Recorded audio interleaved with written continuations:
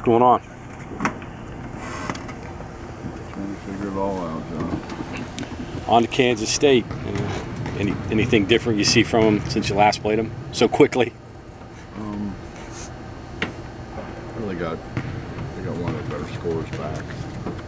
Other than that, I mean, they're going to play really hard. They do a great job defending. We got to guard. Do a better job guarding than what we did there. They're going through maybe something similar. Really good at home. On the road, they've been a little bit different. I think they're young like we are. Take Snead and Maylene and maybe somebody else. They're not very experienced. They go through the same thing I think we go through. What'd you do yesterday since you got back so late? You just haven't come out and Just pounded them.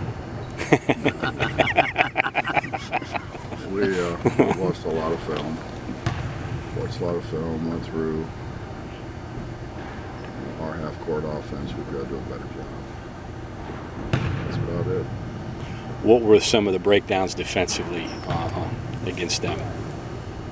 We didn't guard the ball. Our rotations weren't very good. We didn't push the ball where we wanted. We didn't defend ball screens very well, which we had been doing a pretty good job of. So we didn't rebound. We didn't get the loose balls. I mean, it's amazing we were in the game. Getting out rebounded, because they don't out rebound a whole lot of people. And they generally controlled everything with their offense. And we just didn't. We didn't do a very good job of guarding them. We didn't do a good job of attacking them in the half court. And again, I mean, there was one time they got 5 shots in one possession before they hit a 3. You can't do that, man. I know it's perplexing you, but how do you have you thought of different ways to keep your bigs out of foul trouble early? It seems to be impacting a lot of what you're able to do, those two guys. I'm short of not playing them. No. I mean, there's a lot of things. Unfortunately, we're not allowed to talk about anything. So I'm not sure what you're allowed to say, what you're not allowed to say. Yeah. So probably better off. Is that maybe a product of their inexperience a little bit, you think? Getting a feel for... The officials? No, your guys. Yeah.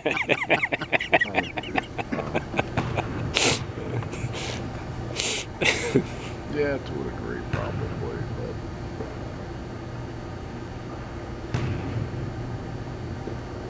But our game really is about consistency.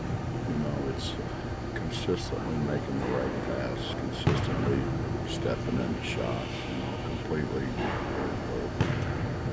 consistently blocking out your man, consistently guarding things the way the other guy who's involved in a 2-man situation thinks you're going to guard. But, and that should apply for the whole game to everybody involved. Be it the scorer's table or anybody involved in the game. But when you face a team a second time in the season, does your game plan change a great deal? And do you notice that the other teams change game plans, or do you just stick with what worked and toss out what didn't? I'd be shocked if Bruce changed very much. They played really well. I don't think we're going to change anything, but we're going to try to fix some things. Our execution was we just kind of went through the motions, sort of. We didn't make hard rolls to the basket. We didn't make hard cuts to the basket. We didn't set good screens. We didn't make crisp passes. We didn't execute very much well. And again, it's a testament to them, I think, that we were in a game because we played that poorly that we shouldn't have been. Has this team reached the point where inexperience shouldn't be an excuse for inconsistency now? I mean, did you write that article about the three freshmen in 2009? Trucking, yeah. And I think you know, I read that this morning. I try really not to read it, but I wrote it down this morning. A lot of people tried not to read it. I mean, I read all of yours because we were on a plane. I had nothing else to do. Well, it's next best thing to talking to me. But you know, why were we so much better in 2010 with really the same guys? You know, we went through, and everybody says, okay, well, Deshaun was a 2-year starter coming in. He was a 2-year starter for John, which is quite different. The style of play is quite different. As those other guys, and we lost Alexander and we lost Rudolph. But a year's experience for Banks and Chuck and KJ made all the difference in the world. KJ wasn't near as a freshman what he was as a sophomore. Nor was Devin. So, you know, yeah, I think once you go through it, once you understand it, once you realize that, you know, every time you go into a Big 12 venue, it's going to be hard. It was the same way in the Big East. And as good as those guys were, they didn't win them all. Even the year 2010, we didn't win them all. That was the year we went into Connecticut and had a collapse. I think we scored 17 points or something like that against Villanova and Wells Fargo. Came back and won again. What is inexperience? I mean, because these guys have played a lot of basketball, you know, obviously in high school and the AAU, and, you know, since they were 8 years old. We were playing an AAU game with 6 courts. And there's stuff going on everywhere, balls rolling across the floor. It's not the same. None of them play in a high school game with 14,000 people there. And as much as we can say they can block a shot, get a rebound, make a steal, the reality is they do affect, I think they affect the home team more than maybe they affect the opposing team. But it happens here. It happens here when we get people here. It's kind of intriguing that it would be more a positive on the home team than a negative on the visiting team. Not really. Not really. I mean, when you take into account that we practice and get out of practice and go get on a bus, and we bus pretty much an hour to Ridgewood. By the time you get on a plane and get settled in, it's over an hour. And you fly 3 hours out there. And you get off the plane, 3 hours, and bus to the hotel. Those guys complain about coming here, and it's an hour and a half, 2 hours. They're not doing what we do. And it does affect you. Mentioning inexperience, but isn't that your game today? I mean, everybody's inexperienced with the exception of maybe, I guess San Diego State has a veteran team. I mean, that's your game today. Well, obviously we get notes from people talking about how good we could be next year if we keep everybody together. That's almost an impossibility. Yeah, It's tough. It's youth, yeah, but not our kind of youth. You know, John, there's a difference between we're the youngest team in a Power Five, the youngest. It's not like we're in the middle, or it's not like we're 10 from the top. We are dead last in experience in the Power 5 conference. We're 300th in the country. You think about it, there's 299 people with more experience than us. It's not that we're young. We are really young. So, yeah, does it make a difference? Sure it makes a difference.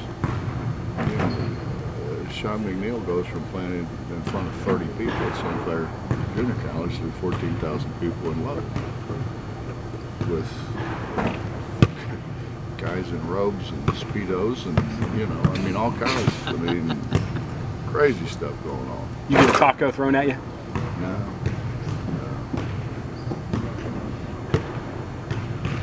No, go ahead. Bob, that seems like a different environment for that place. Would you agree? That used to be like a quieter place. It used to be a ghost town. Yeah.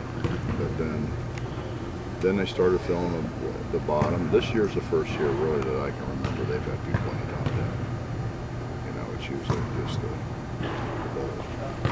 But they had people in the top 10. I guess they had them for Kentucky. They had them for us. Coach, you're talking about half-court offense a little bit ago. The one kind of stat that kind of stood out to me was you guys had 22 baskets, only 5 assists. Weird, or is that just you talked at the beginning of the year, this team didn't pass very well. I don't know if that's crept back in at all. Well, that's the one thing you can say about me is I don't lie. And I told you the first week that we practiced that we can't pass. Right. And I haven't changed my opinion. We can't pass. We can't pass. We're not making step-in shots. I tell you, I probably should, but I'll tell you what. I'll give you some very alarming stats. Now we were averaging 20 turnovers a game, right, for the longest, right? Right. On top of that, uncontested field goals. That's if the guy is, you know, 7 or 8 feet off of your further. We're 54 for 169. 54 for 169 for 32%. That's with nobody guarding you. Catch and shoot, which is, you know, catch it, step into it, shoot it. Not off the bounce, not step into it and shoot it. We're 73 for 243 for 30%. Uncontested catch and shoot shots, we are 22 for 89 for 25%. Now you want to know why we lost 4? We can't shoot. Is that for the season? That's for the season. Okay. But you're saying We're not making shots. you also say your team didn't pass well. Well, we can't. Well, but see, I think That's not for good offense. the reason that I said that is I think a good portion of that statistic is bad passes. I mean, if you got to field it off your ankles, you're probably not going to make it.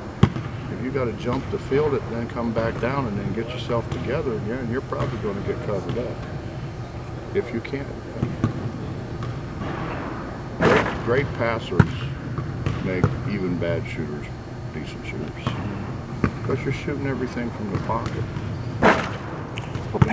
The more movement there is in your shot, the more chance for error. And so if you're feeling it down here, or you're feeling it here, or over there, or back here, there's a huge chance for error.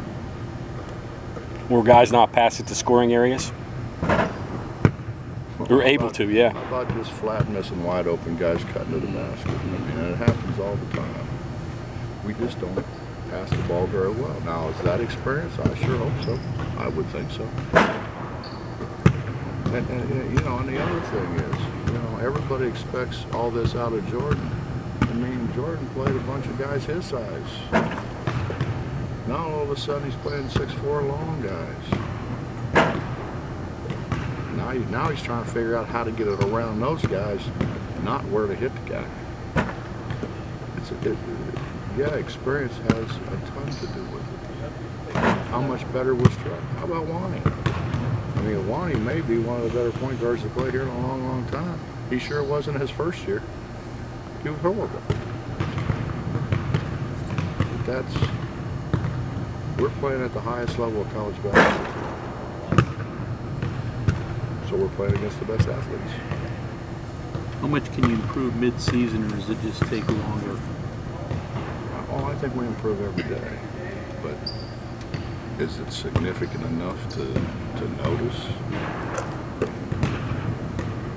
I spent an hour with Derek. He goes 14 for 16. But I'm talking to him the whole time. I'm trying to talk him through it in the game. He missed the first one. And if you were there, he saw me turn around and looked at me. I'm like, don't look at me, man. Do what we worked on doing.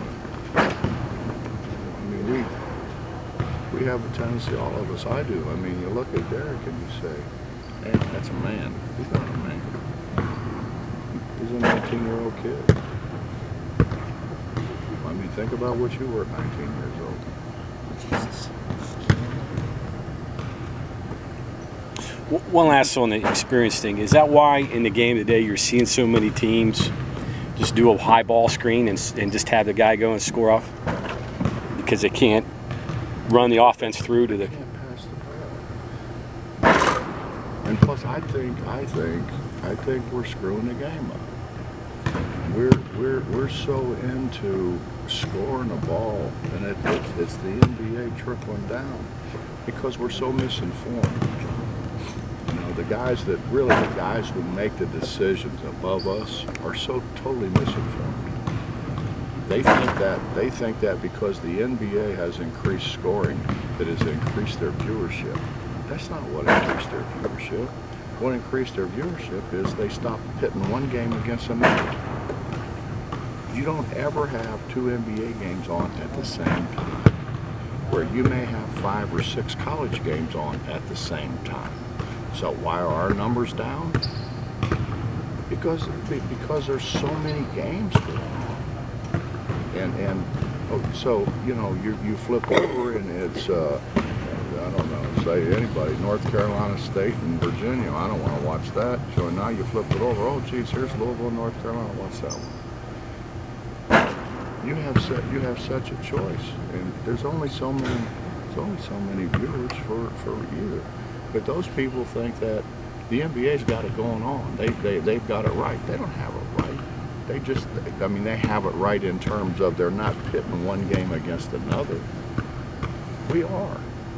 And then all of a sudden, then these people say, oh, we got to score more. So now we lower the clock more. Well, you know what? The lower in the clock, the lower you make the clock, the more bad shots you're going to see, the more turnovers you're going to see.